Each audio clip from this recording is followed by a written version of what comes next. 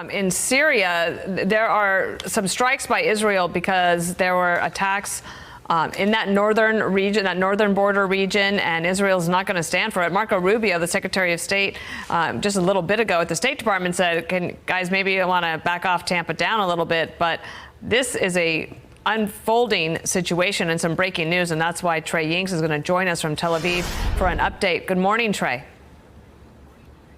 Yeah, hey, Dana, good morning. All of these Israeli strikes taking place in response to violence that is erupting in the Sweda province of southern Syria. There is a Druze population in southern Syria that is supported by the Israeli government.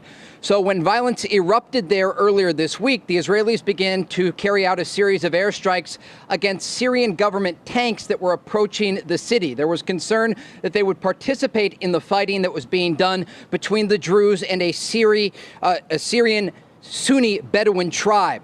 Now, as this was erupting, there were warnings and conversations taking place with Israeli officials using back channels to speak with the Syrian government, telling them not to enter the Sweda province because it could be a threat not only to Israel as these forces got closer to Israeli territory, but also to the Druze minority population there.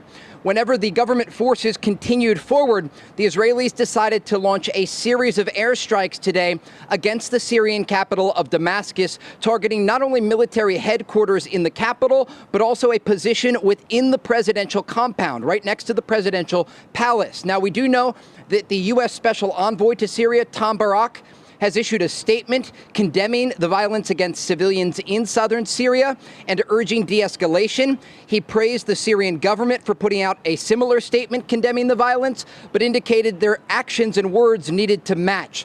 The key here is that the Israelis want the Syrian government to ensure that the situation de-escalates and that the Druze population is protected. At this point, based on the videos that have circulated online over the past 48 hours, the Druze population is not being protected, and that is the reason that you saw these Israeli strikes earlier today.